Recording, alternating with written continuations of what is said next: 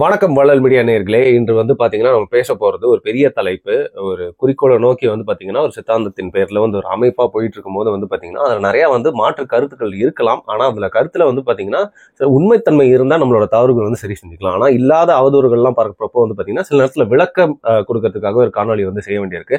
அப்பேற்பட்ட ஒரு காணொலியில சில கேள்விகள் தான் பாரிசாலன் கிட்ட கேட்க போறேன். வணக்கம் பாரி. வணக்கம். தொடர்ந்து பாத்தீங்கன்னா நிறைய பேருக்கு பார்த்துட்டு இருக்க நிறைய பேருக்கு பாத்தீங்கன்னா தொடர்ந்து அரசியலை ஃபாலோ பண்ணிட்டு இருக்கவங்களோட அந்த நுண் அரசியல் ட்விட்டர்ல கீச்சகத்துல அதிகமான பாக்கத்திலே இருப்பாங்க. மற்றபடி அதை பார்க்காம மற்ற மீடியாஸ் யூஸ் பண்றவங்க தான் ரொம்ப அதிகம். அதுல கடந்த ஒரு 4-5 நாட்கள நிறைய விவாதங்கள் நிறைய விஷயங்கள்லாம் போட்டுட்டே இருந்தாங்க.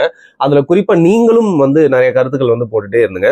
இதுல பொதுவா பாக்குறவங்களுக்கு எப்படி இருக்கும், நிறைய இது உற்று கவனிக்காம இருக்கணுமா, என்னையா இது பாரியும் தமிழ் தேசியத்துக்கு தான் பேசுறாரு, அவங்களும் தமிழ் தேசியத்துக்கு தான் பேசுறாங்க, எதுக்கு நமக்குள்ளேயே அடிச்சுக்கணும் அப்படிங்கிற கேள்வி பெரும்பான்மையான மக்களுக்கு இருக்கும்.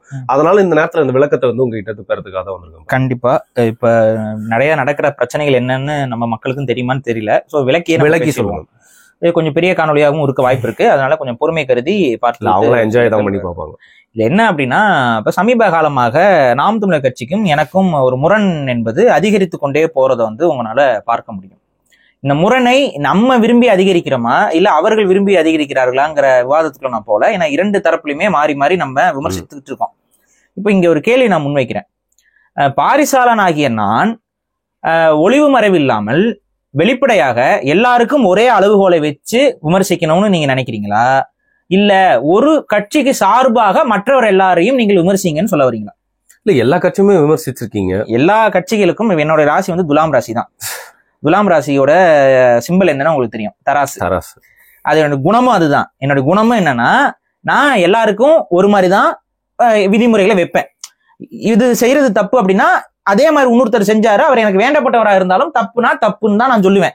இல்லைங்க இவர் எனக்கு வேண்டப்பட்டவர் அதனால இவர் பாவம், இவர் வேண்டப்பட்டவர் அதனால நான் இவரை பேச மாட்டேன்னா நான் சொல்ல மாட்டேன். முடிஞ்சவரை விமர்சனம் என்பது பொது தளத்தில் வரும் பொழுது நான் அந்த இடத்துல விமர்சிப்பேன். இப்படிதான் எனக்கு பிடிச்சவங்களா இருக்கட்டும் பிடிக்காதவங்களா இருக்கட்டும், இதெல்லாம் நான் இந்த ஜட்ஜ்மெண்ட் எல்லாம் வைக்க மாட்டேன். பிடிக்காதவங்க ஒருத்தவங்க சிலது நன்மை செஞ்சாலும் இது நல்லது இது தவறானது அப்படின்னு சொல்லிதான் நம்ம பகுத்து தான் விமர்சனங்கள் முன்வைச்சிருக்கோம். இது எல்லாருக்குமே பொருந்தும். இதுக்கு ஒரு சில எக்ஸாம்பிள் அண்ட் ஹிஸ்டரிஸையும் நான் சொல்லிடுறேன். சவுக்கு சங்கர் உங்க எல்லாருக்குமே தெரிந்த ஒரு நபர். சவுக்கு சங்கரை பாரிசாலன் ஏதாவது ஒரு நாள் ஆதரிச்சிருக்கேனா? ஆதரிக்கல. அவருக்கு நடந்த அநீதிக்கு எதிராக, அவருக்கு அநீதி நடக்கும்போது அந்த அநீதிக்கு எதிராக குரல் கொடுத்திருக்கிறேன். ஆனால் அதே நேரத்தில் சவுக்கு சங்கர் செய்யக்கூடிய தவறுகளையும் நம்ம எந்தவித தயக்கமும் இல்லாமல் சுட்டி காட்டியிருக்கோமா இல்லையா? அதே சவுக்கு சங்கர் குறிப்பிட்ட நாம் தமிழர் கட்சிக்கு ஆதரவு நாடகம் போடும் பொழுது அதை நாம் விமர்சிச்சோமா இல்லையா? அதை விமர்சிக்கும் போது நாம் தமிழர் கட்சிக்காரங்க நம்மள விமர்சிச்சாங்க. உனக்கு என்ன தெரியும், சவுக்கு சங்கர் எவ்வளவு பெரிய ஆளு தெரியுமான்னு சொல்லி சவுக்கு சங்கருக்கு ஃபயர் விட்டுக்கிட்டு நமக்கு எதிராக நின்னவர்கள் நிறைய பேர் பார்த்திருப்பீங்க. அதுக்கப்புறம் சவுக்கு சங்கர் என்ன பண்ணாரு, அதிபர்னு கூப்பிட்டாரு, எள்ளி நகையாடினாரு. உங்களோட சின்னம் பறிபோன காலகட்டத்துல கூட நகைச்சுவைப்படுத்தி திட்டிக்கிட்டு இருந்தாரு.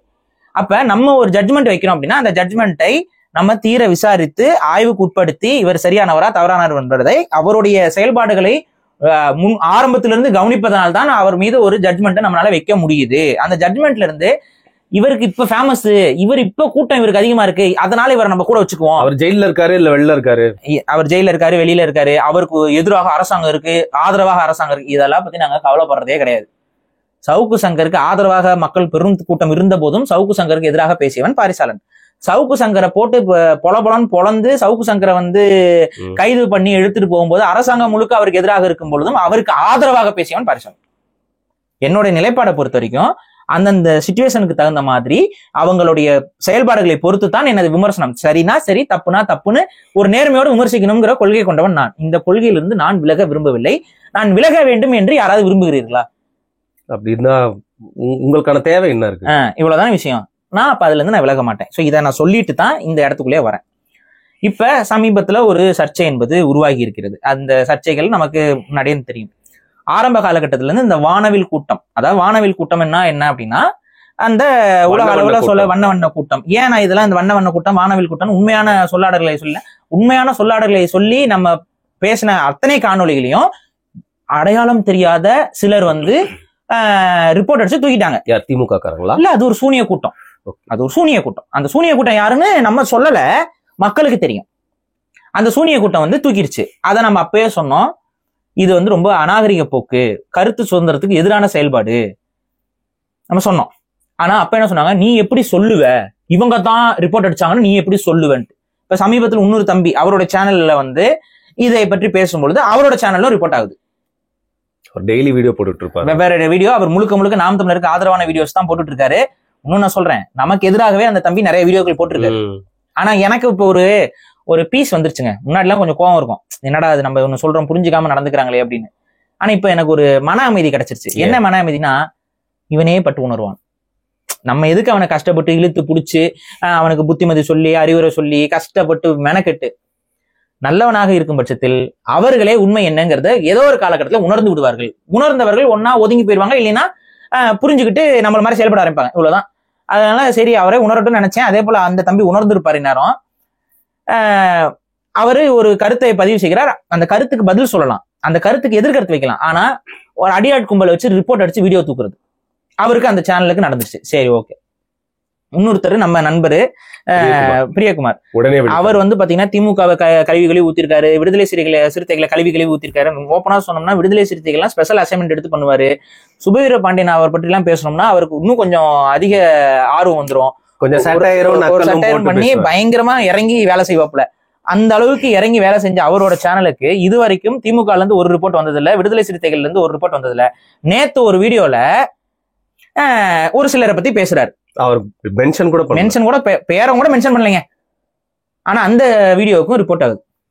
அப்ப யார் இந்த ரிப்போர்ட் பண்றா?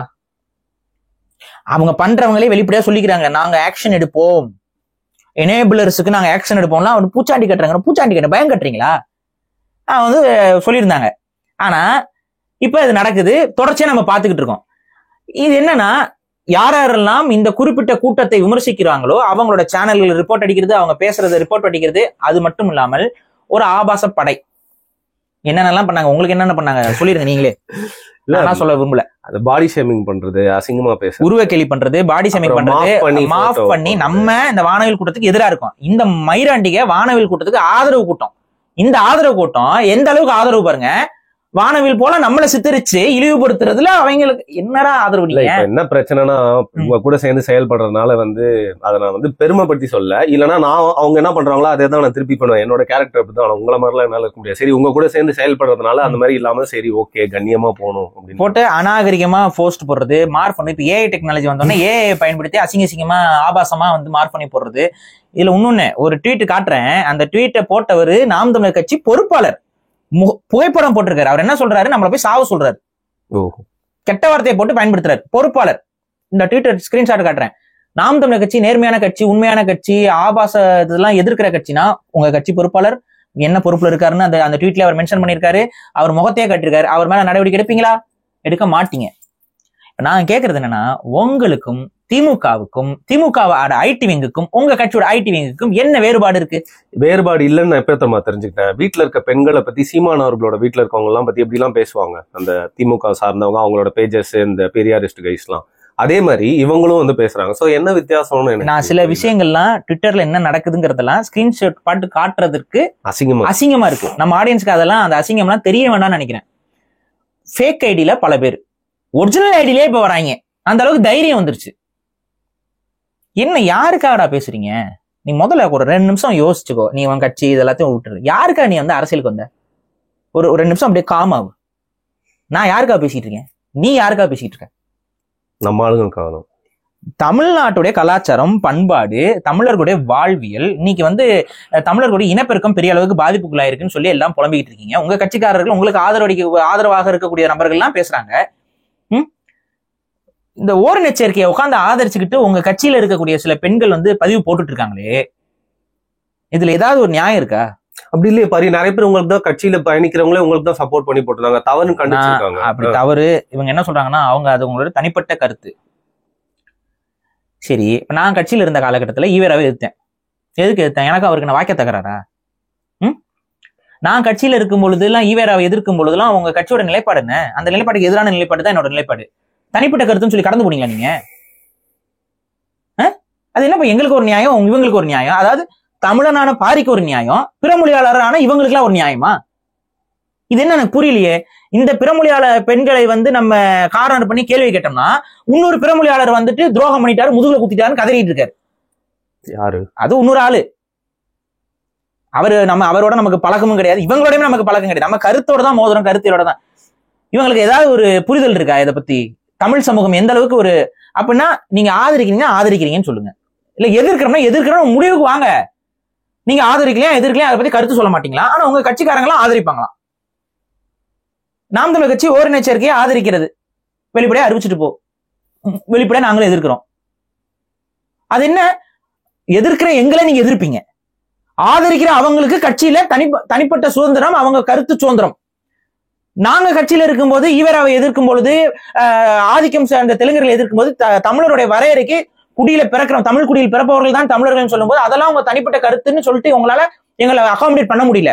ஐயோ கட்சியோட கொள்கைக்கு எதிராக பேசிட்டான், ஐயோ வரம்பு மீறி செயல்பட்டு விட்டான், அதனால் பாரிசாலன் வெளியேற்றப்படுகிறான்னு எங்களுக்கு எல்லாம் வெளியேற்றிவிட்டு குடிதேஷ்ங்கிறது இப்ப நீ ஓரின தேசடா, நீ ஓரின தேச, நீ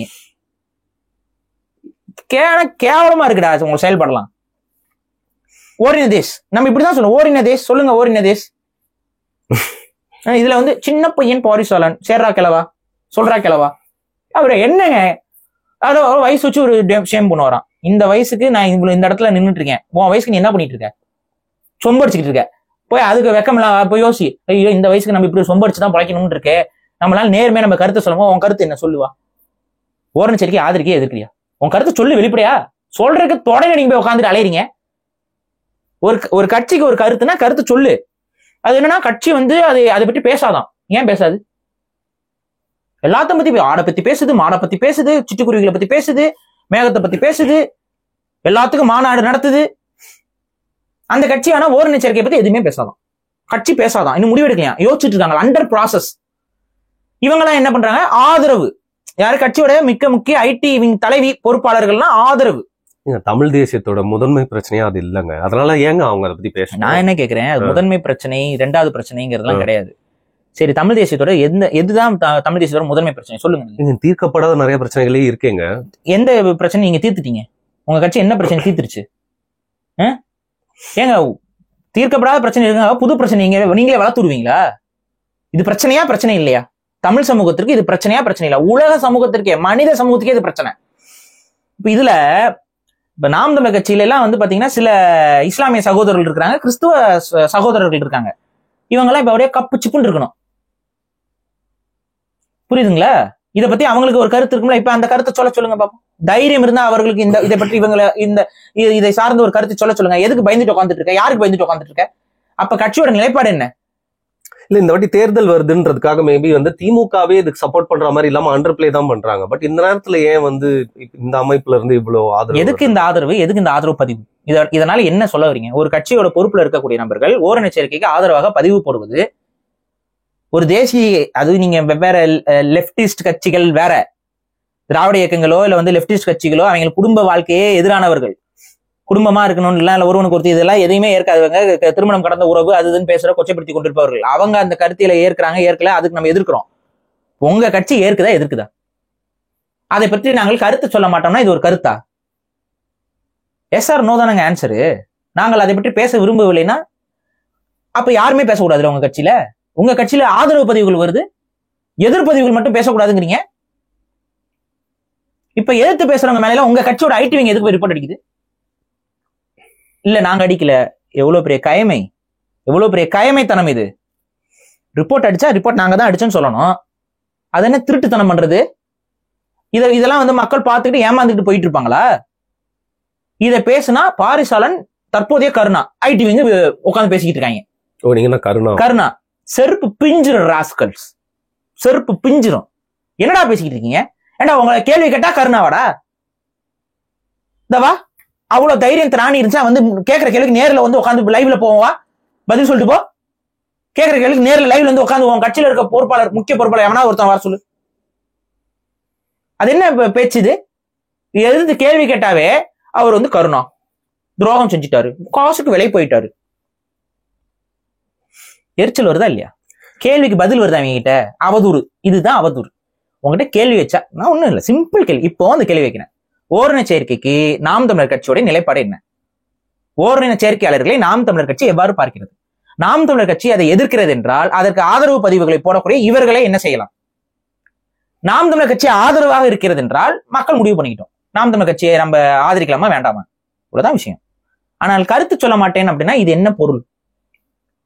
நாங்கள் அதை பற்றி பேச விரும்பவில்லைன்னா உங்ககிட்ட பிரச்சனை நடந்துகிட்டு இருக்கு, அதை பற்றி நாங்கள் பேசல அப்படின்னா இவங்க ஏன் பேசுனாங்க, இதுக்கு பதில் சொல்லு. ஸோ இதுதான் இங்க இப்ப ஒரு 2 நாளைக்கு முன்னாடி ஒரு சண்டை, இந்த சண்டை போயிட்டு இது இருக்கு. நம்ம இது முன்னாடியே நம்ம பேசிட்டு இருக்கிறது தான். அந்த அவங்க இருக்கிற வரைக்கும், அதான் சிம்பிளா சொல்றேன், இவர்களோட நோக்கம் தமிழ் தேசியம் அல்ல. அதாவது இந்த சில நபர்கள் இவங்க நோக்கம் தமிழ் தேசியம் அல்ல, ஒரு தமிழ் தேசிய கட்சியை கெடுத்து குட்டிச்சோராக்குவதற்கு எல்லா வேலைகளும் செய்து கொண்டிருக்கிறார்கள்.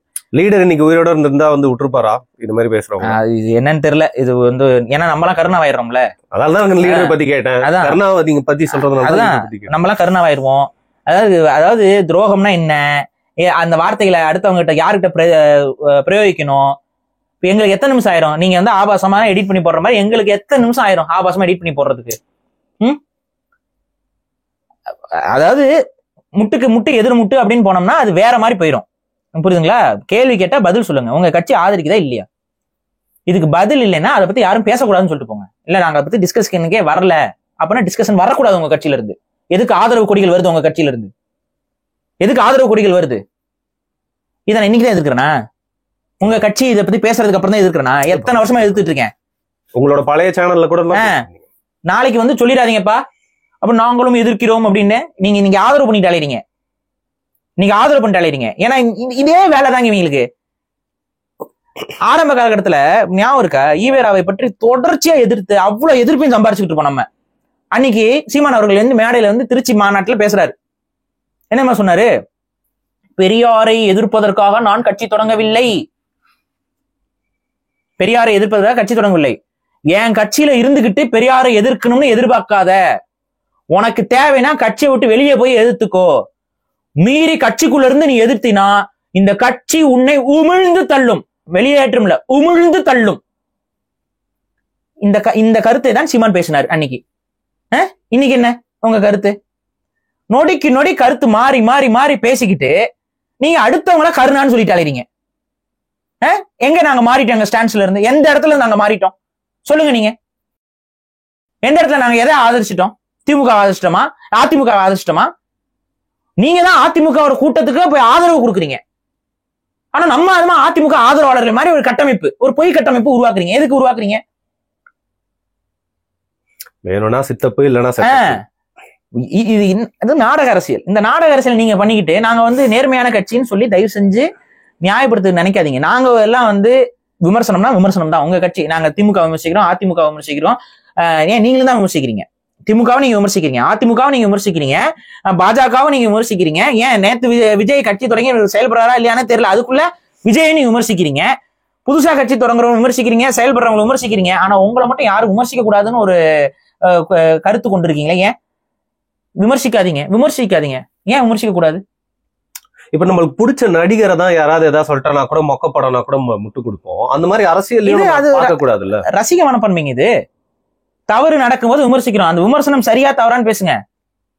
விமர்சனமே கூடாது. இவர் ஒருத்தர் தான் இருக்கிறார், இவரை விட்டா நமக்கு ஒரு வழி இல்லைன்னா இந்த மாதிரி பேசுறதெல்லாம் வந்து இது ஒரு விதமான worship. Father of the nation சொல்ற நோட்ல இருக்கிற காந்தியே இன்னைக்கு வந்து விமர்சனத்துக்கு உட்பட்டவர் தான். யாருமே விமர்சனத்துக்கு அப்பாற்பட்டவரை கிடையாது. ஏன் திருவள்ளுவர் விமர்சனிக்கலையா நீங்க?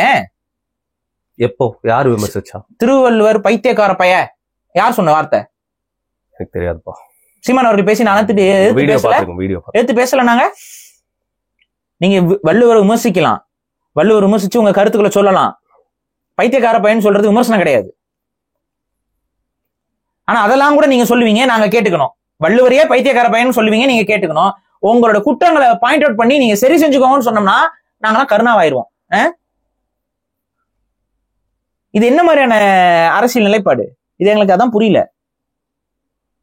உடனே கோபம் வந்துருது, கோச்சுக்கிறது. நான் ஒண்ணு சொல்றேன், எங்களுடைய கருத்தியல் சரியாக இருக்குதுன்னா எங்களை பின்தொடரலாம். எங்களுடைய கருத்தியல்ல நாங்க பிழை செய்யறோம் அப்படின்னா அது உங்க பிரச்சனை. அந்த பிழை என்னன்னு சொல்லிட்டு நீங்க பேசுங்க. அடுத்து வந்து இவர்கள் செயல்பட மாட்டார்கள், இவர்கள் 4க்கு 4 ரூமில் இருக்கிறார்கள், இவர்கள் என்ன வேணாலும் பேசிக்கொள்ளலாம், நாங்கள் அப்படி அல்ல, நாங்கள் ஒரு பெரிய இயக்கம், அதனால ஓரினச்சரிக்கை ஆதரிப்போமா? எனக்கு புரியல. பெரிய இயக்கம் எல்லாம் ஓரினச்சரிக்கை ஆதரிப்பீங்க, நாங்க பாத்துக்கிட்டு இருக்கோம். இப்ப நாங்க 4க்கு 4 ரூம்ல, நான் கேட்கிறேன், 4க்கு 4 ரூம்ல பேசக்கூடிய கருத்துக்கள்லாம் உங்களை பெரிய அளவு பாதிக்கல, அதை பற்றி எனக்கு கவலை இல்லைன்னா எதுக்குறா எங்களை கடிச்சிட்டு இருக்கீங்க? கடந்து செல்லலாம். அது கண்டுக்காம போயிருக்கலாமே நீங்க. அப்ப 4க்கு 4 ரூம்ல இருந்தும் கூட உங்களை கேள்வி கேட்க முடியும். இதுதான் விஷயம் இன்னைக்கு. அவ்வளவுதான். இப்ப நீங்க கேக்குறது அப்படி நான் கேக்குறேன். இப்ப திமுகவும் அதிமுகவும் உங்களை பார்த்து ஒரு எம்எல்ஏ கூட நீங்க வாங்கல, ஒரு கவுன்சிலர் கூட உங்ககிட்ட இல்ல, நீங்களே எங்களை பத்தி விமர்சிக்கிறதுக்கு என்ன தகுதி இருக்குன்னு கேக்குறது சரியா? நான் கேக்குறேங்க, இப்ப நம்ம கிட்ட கட்சி கிடையாதுங்க, நம்ம கிட்ட 36 லட்சம் வாக்கு கிடையாதுங்க, அதனால நம்ம வந்து சீமான் அவர்களை விமர்சிக்க கூடாதுங்க, சரியா? சரிங்க. இப்போ உங்ககிட்ட கவுன்சிலர் கிடையாது, உங்ககிட்ட எம்எல்ஏ கிடையாது, நீங்க திமுக விமர்சிக்க கூடாது, அதிமுக விமர்சிக்க கூடாதுன்னு அவங்க சொல்றாங்கல்ல, அப்ப அது சரியா? கண்டிப்பா நியாயமே. அப்ப இது நியாயமா? என்னப்பா இது ரெட்டநாக்கா இருக்கு? இதுதான் எனக்கு புரியல என்னன்னு. இது எனக்கு உண்மையிலே புரியல. புரிஞ்சா சொல்லுங்க. இல்ல நீங்களும் தமிழ் தேசியவாதி, அதனால ஒரு தமிழ் தேசியவாதி சக தமிழ் தேசிய இயக்கத்தை விமர்சிக்க கூடாதுன்னு சொல்ல வரீங்களா? அப்ப இந்த பாயிண்ட் கரெக்ட் தானே? அந்த பாயிண்ட் கரெக்ட் தானே. நீங்க மற்ற தமிழ் தேசியவாதிகளை விமர்சிச்சது இல்லையா? எப்போ விமர்சிச்சிருக்காங்க? விமர்சிச்சது இல்லையான்னு கேக்குறேன். ஓகே, பண்ணிருக்காங்க நிறைய வாட்டி, ஹிஸ்டரியில் நடந்து எத்தனையோ முறை பண்ணிருக்காங்க. சக தமிழ் தேசியவாதிகளையோ சக தமிழ் தேசிய இயக்கங்களையோ நீங்க விமர்சிச்சதே கிடையாதா? விமர்சனத்திற்கு அப்பாற்பட்டவர் யாரும் அல்ல. ஆனா விமர்சிப்பதை ஒரு பெரிய குற்றமாக கருதி ஐயோயோன்னு கதறீங்க பாருங்க. நீங்க எப்படி வந்து ஒரு அவங்க அந்த ஐடி விங் எல்லாம் வந்து திமுக ஐடி விங் ஏடிஎம்கே கட்சிக்காரன் விஜய் கட்சியும் உள்ள ஜாயின் ஆகிச்சு. எல்லாம் அந்த உருவக்கேலியையும் அசிங்கத்தையும் ஆபாசத்தையும் அவதூறையும் பேசி என்னுடைய குடும்ப நபர்களை இழுத்தும் கூட இவனுங்க பதிவு போட்டிருக்கானுங்க. காட்ட முடியும், காட்ட விரும்பல. நானு காட்ட முடியும், காட்ட விரும்பல. ஏன்னா பொறுப்பாளரா இருக்கிறவங்களே இந்த அளவுக்கு இந்த லட்சணமா பதிவு போடுற, அதை காட்டியிருக்கேன். பொறுப்பாளர் எந்த நடவடிக்கை எடுக்க போறது இல்ல. ஃபேக் ஐடி பய உலகில நீங்க நடவடிக்கை எடுக்க போறீங்க, அதை காட்டிக்கிட்டு இருக்க வேண்டிய அவசியம் எனக்கு இல்ல. ஆனா இருக்குது, ட்விட்டர்ல இருக்கு, தேடி பார்த்துக்கோ. என் மேல ஒரு நல்லுள்ளம் கொண்டவர்கள் யாரா செஞ்சிருக்கலாம் அப்படின்னு போயிருவாங்க. தெரியும். என்ன சொல்றேன்னா, அந்த திமுக மாதிரியே நாங்க செயல்படுவோம், ஆனா நாங்க நல்லவங்க அப்படின்னா, திருடன் போலயே நாங்க இருப்போம், ஆனா நாங்க நல்லவங்க, அது சொல்ல முடியாது. திருடன் மாதிரி நடந்து கொண்டால் திருடன் தான். இது கொஞ்சம் டுபாகூர் அமைப்புலாம் எடுத்துட்டு போய் வீட்டுக்கிட்ட பிரச்சனை பண்ண ட்ரை பண்ணாங்கல்ல, அப்புறம் கேட்டு கிட்ட வந்து சிலவங்க எல்லாம் வந்து தப்பா பண்ணாங்கல்ல, அதுக்கும் இதுக்கும் பெரிய வித்தியாசமே இல்ல. பெரிய வித்தியாசமே இல்ல. கேள்வி கேட்டா பதில் சொல்ல கத்துக்கோங்க. பதில் இல்லைன்னா நம்ம தப்பு பண்றோம்னு தெரிஞ்சுட்டு திருந்துங்க. இவ்வளவுதான் விஷயம். கேள்விக்கு பதில் கொடுக்கணும்.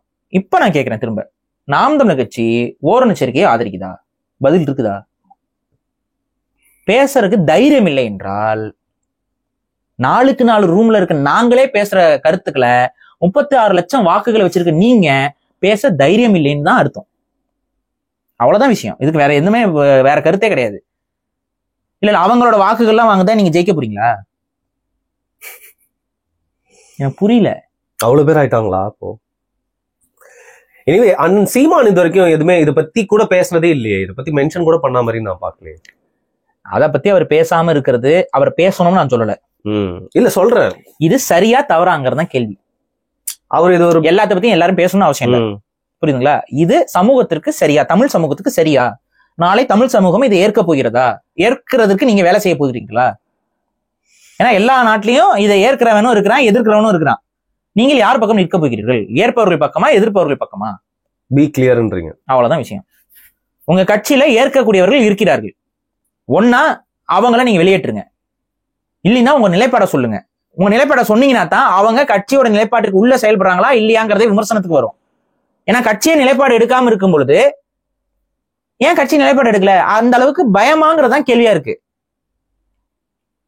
இவ்வளவுதான் விஷயம். சோ இதுதான் இந்த ஓர் எச்சரிக்கையை பற்றி இருக்கக்கூடிய பிரச்சனை. நான் தெளிவா சொல்றேன், பாரிசால எதிர்ப்பேன். நீ எத்தனை ரிப்போர்ட் அடிச்சினாலும் சரி, எத்தனை முறை வீடியோ தூக்குனாலும் சரி, என்ன ஆனாலும் சரி, நான் எதிர்ப்பேன். ஏன்னா என்னது தமிழ் சமூகத்தின் எதிர்காலத்தை பற்றி நான் யோசித்துக் கொண்டிருக்கிறேன். என் தமிழ் சமூகத்தில் இருக்கக்கூடிய இளைஞர்கள் ஒரு வீரர்களா இருக்கணுங்கிறதுக்காக நான் செயல்பட்டு இருக்கேன். அவன் ஒழுக்கமா இருக்கணுங்கிறக்காக நான் செயல்பட்டு இருக்கேன். அவன் குடிக்க கூடாதுங்கிறக்காக நான் செயல்படுறேன். அவன் போதைப் பொருளுக்கு அடிமையாக கூடாதுங்கிறக்காக நான் செயல்படுறேன். அவன் ஆபாச படங்களை பார்த்து வீணாக கூடாதுங்கிறதுக்காக நான் செயல்படுறேன். அவன் குடும்பமா நல்ல ஒழுக்கத்தோடு எப்படி தேசிய தலைவர் தனது குடும்பத்தை கட்டமைத்தாரோ, தனது ஈழத்தை கட்டமைத்தாரோ, அத்தகைய கனவோடு என் எதிர்காலம் இருக்க வேண்டும் என்பதற்காக நான் செயல்படுறேன். உன்னோட செயல்பாடு என்ன? அவன் புடவை கட்டிக்கிட்டு பூச்சூடிக்கிட்டு அவன் வந்து வேற ஒரு ஆணோட படுத்து எரிஞ்சுக்கிட்டு இதுவா உன்னுடைய செயல்பாடு?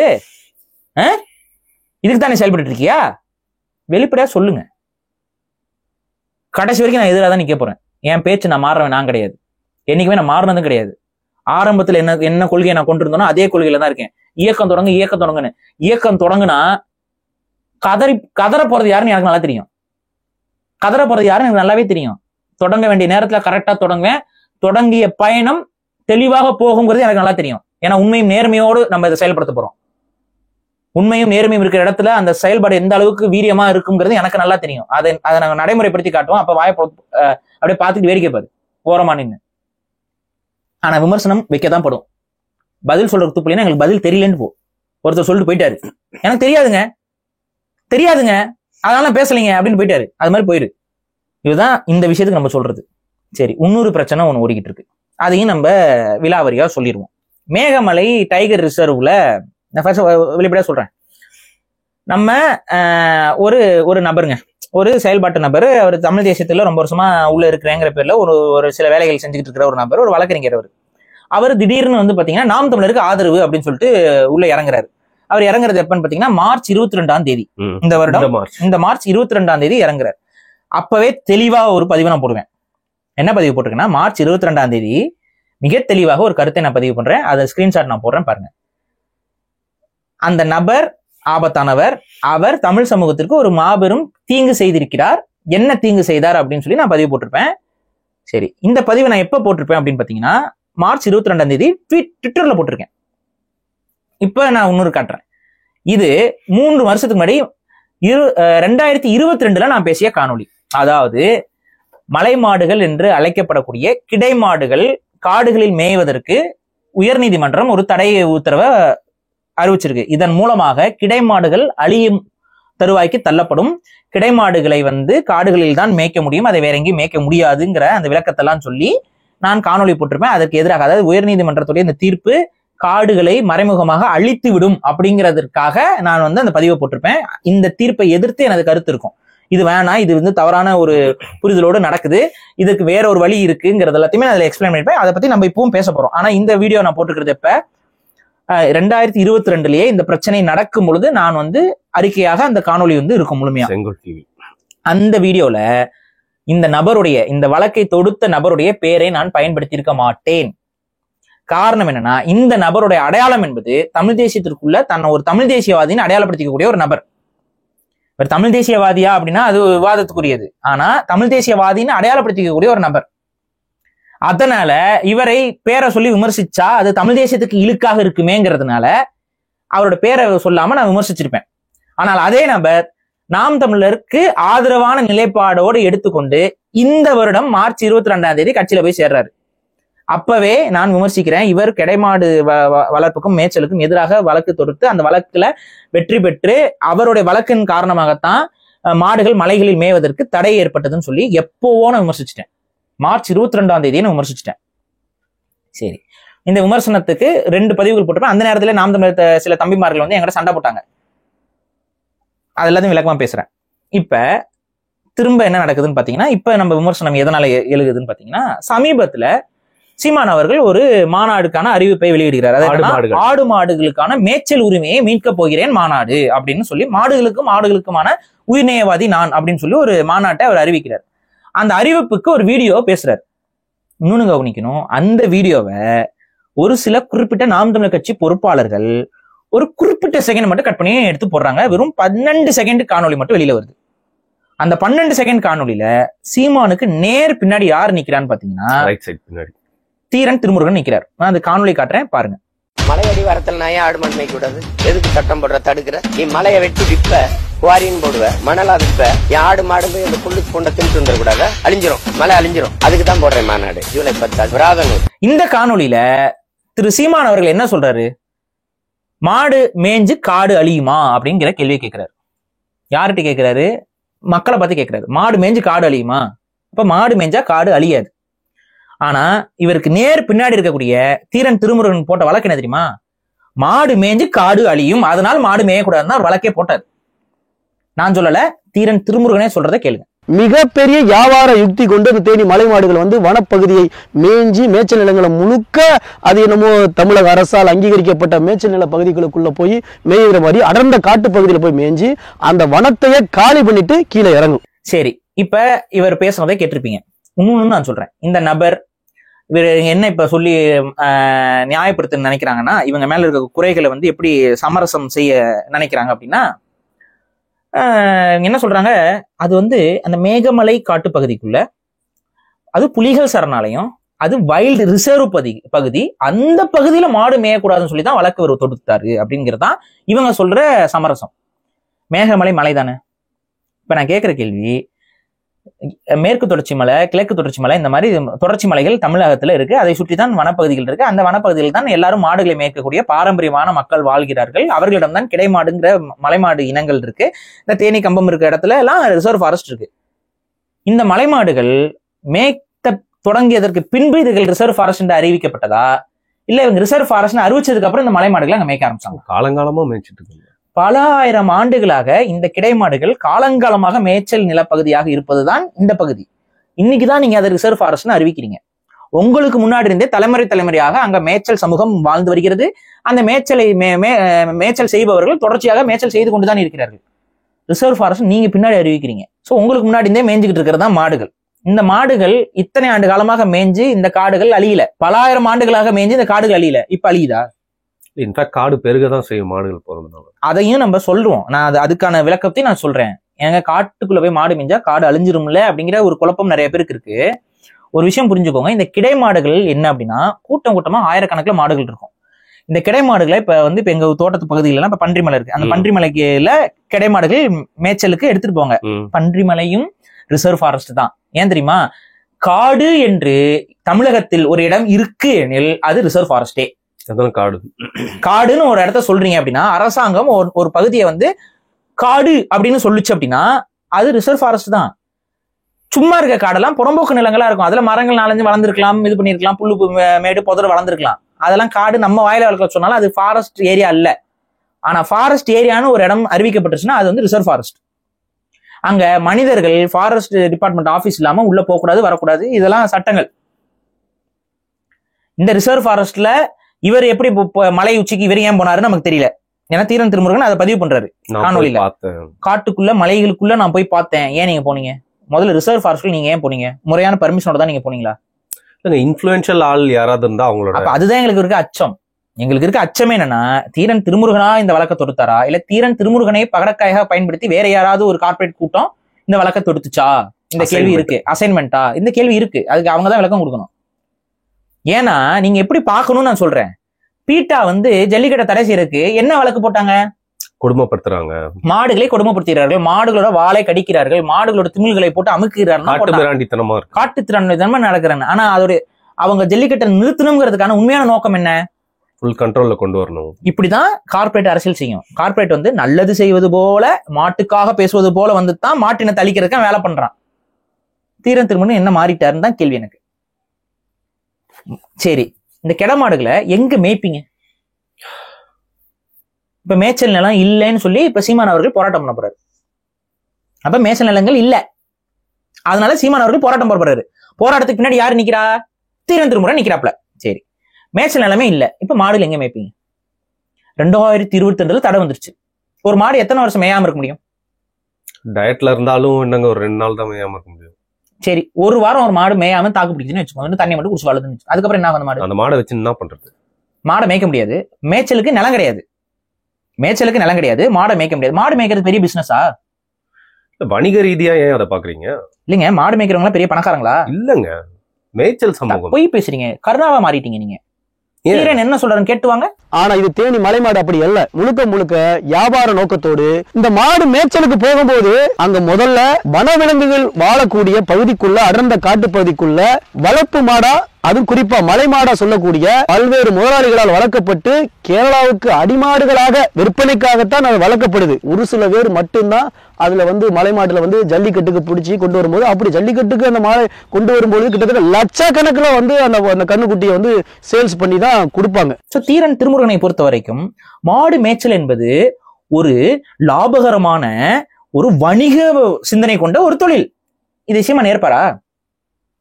உங்க பின்னாடி நிக்கிறாரு உங்க தம்பி, சொல்றாரே லாபம். இந்த வார்த்தைகளை பாத்தீங்களா? லாபம்.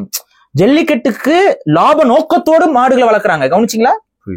ஆயிரக்கணக்கில் நீ மாட்டை உன்னுடைய வியாபார யுக்திக்காக மணியை நீ கழுத்துல தொங்க போட்டு நீ வனச்சரகத்துக்குள்ள இந்த 3 பகுதிக்குள்ள நீ கொண்டு போய் ஏற்றி உன்னோட வியாபார யுக்திக்காக நீ போறினா, ஜல்லிக்கட்டுக்கு காளை எடுக்கிறது லாப நோக்கத்தோடு ஒரு சீரிய. இந்த வார்த்தைகளை கவனிச்சீங்கன்னா யாருக்கு இவர் மேல காண்டு? மேய்ச்சல் சமூகத்தின் மீது காண்டு, கோபம். ஏன்னா அவங்க லாபகரமான தொழில், 1000 மாடு வச்சிருக்காங்கன்னா பெரிய கோடீஸ்வரன். பேசுறது கேட்டா அப்படித்தானே இருக்கு. நானா பேசிக்கிட்டு இருக்கேன், இவர் தானே பேசியிருக்காரு, உங்க பின்னாடி தான் நிக்கிறாரு. கேள்வி எங்க கிட்ட கேக்குறீங்க? மாடு மேஞ்சி எப்படி காடு அழியும்னு திரும்பி அவர்கிட்ட கேட்கணும். அப்படியே உங்க பின்னாடி தான் நிக்கிறாரு, அப்படி திரும்பி மாடு மேஞ்சி எப்படி காடு அழியும் அப்படி கேட்கணும். எங்களை பார்த்து கேள்வி கேட்குறீங்க. மாடு மேஞ்சா காடு அழியும்னு கேஸ போட்டு அதுக்கு தீர்ப்பை வாங்கி கேட்டா நான் மேகமலைக்கு தான் போட்டேன். மேகமலை மலை தானே, மேகமலையில மாடு மேய்து தானே, தமிழ்நாட்டுல எல்லா மலையிலும் மாடு மேய்து தானே. எதுக்கு இந்த தீர்ப்பு, எதுக்கு இந்த வழக்கு? முதல்ல இல்லங்க, இந்த மாடுங்க என்ன பண்ணுதான், புல்ல சாப்பிடுற போது இந்த வேரோட வந்து தின்றுதுங்க. அப்ப என்ன அது இந்த வேரோட போயிடுச்சுன்னா புல்லுன்ற ஒரு ஜீனே இருக்காதுங்க. நீ விடுற மாடு முழுக்க முழுக்க நுனிப்புல்ல இருக்காது, அப்படியே புல்லோட சேர்த்து எடுக்கும். இந்த மாடு எப்படி மேயுங்கிறது கூட தெரியாத நுனிப்புல் மேயும், அதாவது நுனிப்புல் மேஞ்சவங்கன்னு சொல்லுவாங்க. எதை பற்றியும் தெரியலன்னா மேல மட்டும் மேய்ஞ்சிட்டு ஒரு அடிப்படை ஆழம் அறிவில்லாத ஒரு கூட்டம்னு ஒண்ணு இருக்கு. இதுக்கு நம்ம சொல்லுவோம் நுனிப்புல் மேயற அப்படின்னு, மாடு மாதிரி நுனிப்புல் மேயற அப்படின்னு. அது ஒரு பொருள் என்ன? மாடு மேயறதே நுனிப்புல்லு, மாடு அடிப்புல் எல்லாம் மேயாது. நீங்க மாடு மேயும் போது வேணா கேமரா எடுத்துட்டு போய் பாருங்க. இந்த நமக்கு எதிராக ஆபாச ஐடிவிங் எல்லாம் பேசுதுல, அது ஆபாச ஐடிவிங். நாம் தமிழர் ஐடிவிங் இல்ல, ஆபாச ஐடிவிங் பேசுறீங்களா? கேமரா எடுத்துட்டு போய் பாரு, மாடு வேரோட பிடிங்கிட்டீங்க தானே. மாடு என்னைக்காவது வேரோட தின்னா மண்ணெல்லாம் வயிற்றுக்கு வாய்க்குல போகாது. அதுக்கு என்ன மண்ணோட முழுங்குமா மாடு? ஏதாவது இவங்களுக்கு புரியுதா? மாடு எப்படி பெய்யும்னா இப்படி மேலாப்புல அப்படி நுனிப்புல மட்டும் கடிச்சு கடிச்சு கடிச்சு பிக்கும். வேரோட எல்லாம் புடுங்காது. வேரோட புடுங்க அது பன்னி. வேரோட எது மேயும்னா பன்னி தான் வந்து வேரோட கிழங்குகளை புடுங்கி திங்க. அதுக்கான அமைப்பு அதுக்கு தான் இருக்கு. அதனாலதான் கொம்பு இருக்கு. அது நோண்டி நோண்டி கிழங்கு நோண்டி எடுத்து சாப்பிடும். மாடு மேலாப்புல தான் மேயும். அதனாலதான் அது பேரு மேய்தல். மேய்தலுக்கு என்ன பொருள்? புடுங்கி திங்கிறது இல்ல. மேயறதுனா மேலாப்புல மேயறதான், உணவாக எடுக்கிறது. மேலாப்புல வெட்டி வெட்டி சாப்பிட பேர் தான் மேய்தல். இது கூட தெரியாதா? அப்படியே காட்டுக்குள்ள, இதை நான் சொல்லலைங்க, தீரன் திருமணம் சொல்றாரு. காட்டு மாடு, அதாவது மாடுகள் வந்து அப்படி வேரோட புடுங்கி சாப்பிட்டுதான். அதனால காடையே அழிஞ்சிருச்சான். இப்ப காடு இவ்வளவு செழிப்பா இருக்கு பாருங்க. இப்ப காடு ரொம்ப செழிப்பா இருக்கு அப்படின்னா காடெல்லாம் அழியுதுன்னு ஏன் பேசிட்டு இருக்கீங்க? கான்ட்ரடிக்ஷனா இருக்குது. என்னப்பா, ஏன் இவ்வளோ முன்னுக்கு பின் முரணான செய்திகள்? தப்பு செஞ்சா கண்டுபிடிப்போம். நாங்க என்ன வேடிக்கை பார்த்துட்டு இல்ல, யார் யார் எப்படிப்பட்டவங்க எங்களுக்கு நல்லா தெரியும். சரி, இப்ப இவர் என்ன சொல்றாரு? இந்த பெரிய வணிகம் நோக்கம் கொண்டவர்கள், அது ஒரு பெரிய உருட்டுனாரு வருங்க. அப்பா நான் சொன்னல 1000 மாடு 2000 மாடு 5000 மாடு 10000 மாடு வச்சுக்கக்கூடிய அந்த தேனி மலை மாட்டினுடைய முதலாளிகள் தன்னுடைய மாடை பாதுகாப்பதற்காக தன்னுடைய கழுத்துல 3 கிலோ எடை கொண்ட ஒரு பெரிய மணியை கட்டி போட்டிருப்பாங்க. இந்த வழக்கு உங்களுக்கு எதிரான வழக்கா நினைக்கக்கூடிய கால்நடையுடைய உரிமையாளர்களா இருக்கட்டும், இன்னும் சொல்லக்கூடிய யாரெல்லாம் விமர்சனம் பண்ணுறது அத்தனை பேருமே தேனி மேகமலைக்கு போங்க. அங்க போய் 5000 மாடு 2000 மாடு 3000 மாடு வச்சிருக்கக்கூடிய நபர்கள் போய் பாருங்க, மாடை பாருங்க. அவங்க என்ன செய்வாங்கன்னா முழுக்க வந்து ஒரு 3 கிலோ சைஸ்ல உள்ள மணியை கட்டி ஒவ்வொரு மாட்டையும் இங்கிருந்து மலையில ஏத்திடுவாங்க. மலையில இருந்து வலதுபுற மேய்ச்சல் விடுவாங்க, அப்புறம் இடதுபுற மேய்ச்சல் விடுவாங்க, அப்புறம் கிழக்கு மேற்கு வடக்கு தெற்கு எந்த திசையில வேணா மேய்ச்சல் விடுவாங்க. அப்படி ஒவ்வொரு மாடும் ஒண்ணு இல்ல, ஒரு 10 மாடு இவரு இந்த மணியை கட்டிட்டு உங்களுக்கு முன்னாடி அது நடந்து போனா அந்த ஓசையில நீங்க உட்கார்ந்து பாருங்க பார்ப்போம். 50 மாடு போனா அந்த ஓசை எப்படி இருக்கும்? 500 மாடு போனா அதனோட ஓசை எப்படி இருக்கும்? 1000 மாடு 5000 மாடு ஒன்னா சேர்ந்து 10000 மாடு ஒன்னா சேர்ந்து ஒரு வனப்பகுதியில் ஏறி இறங்கி போகுதுன்னா அப்ப அந்த வனப்பகுதியில் வாழக்கூடிய புலிகளா இருக்கட்டும், சிறுத்தைகளா இருக்கட்டும், யானைகளா இருக்கட்டும், இன்னும் பல்லுயிர் வன விலங்குகளா இருக்கட்டும் நிம்மதியா வாழுங்களா? அப்ப காடை உருவாக்கணும், மலையை உருவாக்கணும்னா காடு மலையில இருக்கக்கூடிய வனவிலங்குகளும் முதல்ல நீ தொந்தரவு பண்ணாம இருக்கணும்ல. இந்த மாடுகளோட கழுத்துல எல்லாம் 3 கிலோல மணியை கொண்டு கட்டி அனுப்பிடுவாங்களாம். 3 கிலோ, அது டார்ச்சர் தானங்க. 3 கிலோல மணியை ஏங்க, மாடு காட்டுக்குள்ள எங்க போது வருதுங்கிறது மாடு மேய்க்கிறவங்களுக்கு தெரியணும். சரி, அது எப்படி கண்டுபிடிப்பீங்க? காட்டுக்குள்ள போயிடுச்சுன்னா மாடு எங்க எப்படி கண்டுபிடிப்பீங்க? மாடோட சத்தம் கேட்டா தானே உங்களுக்கு தெரியும். அப்ப என்ன பண்ணுவாங்கன்னா ஒரு 100 மாட்டுல ஒரு மாட்டுக்கு மணி கட்டிருப்பாங்க. நீங்க பாத்தீங்கன்னா எல்லா மாட்டுக்குள்ள மணி கட்ட மாட்டாங்க. ஒரு மணியோட விலை என்ன? ஆக்சுவலா மணி எல்லாமே திருடிட்டு போயிருவானே எவனாவது. ஒரு மணியோட விலை என்ன? மிஞ்சி மிஞ்சி போனா ஒரு 100 மாட்டுக்கு ஒரு மாட்டுக்கு மணி கட்டுவாங்க. அது எந்த மாடு கூப்பிட்டா வருங்கிறதெல்லாம் அவங்களுக்கு தெரியும், எந்த மாடு கைட் பண்ணி கொண்டு போறதுங்கிறது தெரியும். ஒவ்வொரு மாட்டு கூட்டத்துல ஒரு தலைவர் இருப்பாரு, அந்த மாட்டு கூட்ட தலைவர் தான் மாடு எங்க மேயணும் போகணும்னு கூட்டிட்டு போவோம். அந்த மாதிரி இருக்க மாடுகள் கழுத்துல மட்டும் மணி கட்டியிருப்பாங்க. எதுக்குன்னா அந்த மாடு எங்க மேயுது காட்டுக்குள்ளேங்கிறத அப்பதான் அவங்களால இது பண்ண முடியும், அந்த மாடு வருதா இங்க மேயுதா என்னங்கிறது தெரிஞ்சுக்க முடியும். இதுக்காக மாடு கழுத்துல மணி கட்டுவாங்க. நான் எனக்கு கேக்குறேன், மாடு கழுத்துல இருக்கக்கூடிய மணி காட்டு விலங்குகள்லாம் பயப்பட செய்து விடாதா? அந்த மாதிரி மாடுக்கும் காது இருக்கு தெரியுமா? மாடுக்கும் காது இருக்கு தெரியுமா? இல்ல காதெல்லாம் அறுத்துடுறாங்களா இந்த கொடூரமான மாடு மேய்க்கிறவங்க? வணிக நோக்கத்துக்காக மாடு மேய்க்கிறவங்க கொடூரமா அறுத்து எரிஞ்சிட்டாங்களா காது எல்லாத்தையும்? மணி இங்க இருக்குங்க, மாட்டோட காது இங்க இருக்குங்க. இங்க மணி ஆடி இந்த காதுக்கு வலிக்காதான், எங்கேயோ இருக்க புலிக்கு வலிக்குதான். புலிகள் மேல அவ்வளவு அக்கறை அவங்களுக்கு. இவங்களோட நோக்கம் மாடுகள் மேய்ச்சலுக்கு தடை. என்னென்ன உருட்டுறாரு பாருங்க. அதுக்கு கண்மூடித்தனமா நிறைய ரீசன்ஸ் எல்லாம் திணிக்கிற மாதிரி இருக்கு இந்த வீடியோ. Comment section of. ஏன்னா அப்புறம் கமெண்ட்ல காரி துப்பிட்டா இந்த கருத்துக்களுக்கெல்லாம் எதிர்ப்பு வருது, தமிழகம் முழுக்க எதிர்ப்பு வருது. கடைசியா ஒரு விஷயம் சொல்றேன், சர்ப்ரைஸ். ஒரு பீஸ் கடைசி எண்டு கார்டு. தமிழகம் முழுக்க எதிர்ப்பு வருது, அந்த எதிர்ப்புகள் எல்லாம் வந்து கமெண்ட்ல போட்டுருவாங்களா மக்கள். சோ கமெண்ட் மூடிட்டோம்னா தப்பிச்சுக்கோம்ல. அத பூனை கண்ணை முடிச்சுன்னா உலகம் இருந்துரும்ல, அந்த மாதிரிதான் இவரு வழக்கு போட்டு மாடுகள் கால்நடைகளை இத்தனை ஆண்டுகள் எத்தனை பசுமாடுகளை வளர்க்க முடியாம அந்த தொழிலை விட்டு எத்தனை பழங்குடி மக்கள் ஒதுங்கிட்டாங்க தெரியுமா? விளையாட்டு சின்ன பிரச்சனை இது. மாடு வளர்க்கிறவனுக்கு தெரியும் வேதனையும் வலியும். கெடமாடு வளர்க்குறவங்க எவ்வளவு கஷ்டப்படுவாங்க தெரியுமா? காட்டுக்குள்ள மலையை எடுத்துரு. இப்ப சமீபத்துல ஒரு காணொலி வந்துச்சுல, அந்த காணொலி எடுத்து பரப்பணும்ல, அதுக்கப்புறம் தானே சீமான் அறிவிச்சாரு மாடுகளுக்கு மாநாடு போடுறேன்னு. அதுக்கப்புறம் தானே அறிவிச்சாரு. அதுக்கப்புறம் நடந்த இன்சிடென்ட் தான். அதுக்கப்புறம் தானே அறிவிச்சாரு. அதுக்கு முன்னாடி நான் சொல்லிட்டேனா இல்லையா இந்த கேஸ போட்டது இவர் தானே. ஒரு குரூப் சீமான் மாநாடு நடத்துறதுனால அதுக்கு எதிராக பாரிசாலன் பேசுறாரு. சீமான் மாநாடு நடத்துறதுக்காக நாங்க எதிராக பேசுறோமா? அவங்க ஃபாலோ பண்ணல நீங்க போட்டது. என்னங்க பேச்சுது? அதுதான் வீடியோவை பார்க்க மாட்டேன், கருத்து மட்டும் சொல்லுவேன். அவர் வீடியோவை பார்க்க மாட்டேன், ஆனா நாங்க என்ன பேசுறோம்னு எல்லாம் ஒண்ணும் தெரியாது. இவர்கள் இதை பத்தி பேசியிருக்கிறார்களோ? புது பேட்ச் தம்பி, நீங்க பேட்ச்ன்றீங்க. புது பேட்ச், நீங்க புதுசா வந்தவன் தமிழ் தேசியத்துக்கு. நாங்க அப்படி கிடையாது. 2013 இருந்து தமிழ் மக்களுக்காக பேசிட்டு இருக்கேன். நான் பேசாத விஷயம் 1-2 தான் இருக்கும். இவ்வளவுதான் விஷயம். எல்லாமே நான் பேசியிருப்பேன். நீ பார்க்காம இருந்துகிட்டு நாங்க பேசலாம் நீ முடிவு பண்ணாத. அப்பவே தொண்டை தண்ணி வத்த கத்துனவன் நானு. நீதிமன்றம் இந்த தீர்ப்பை திரும்ப பெறணும்னு கத்துனவன். இதனால ஏற்படக்கூடிய பிரச்சனைகள் அந்த பிரச்சனைகள் அது பிரச்சனை அல்ல அப்படிங்கறத நான் பேசியிருக்கேன். சரி, இன்னும் நிறைய பேருக்கு புரியாம இருக்கும், அதுக்கு அந்த விஷயத்தையும் சொல்லிடுறேன். மாடு மேஞ்சா காடு அழியுமா? அழியாது. ஏன்?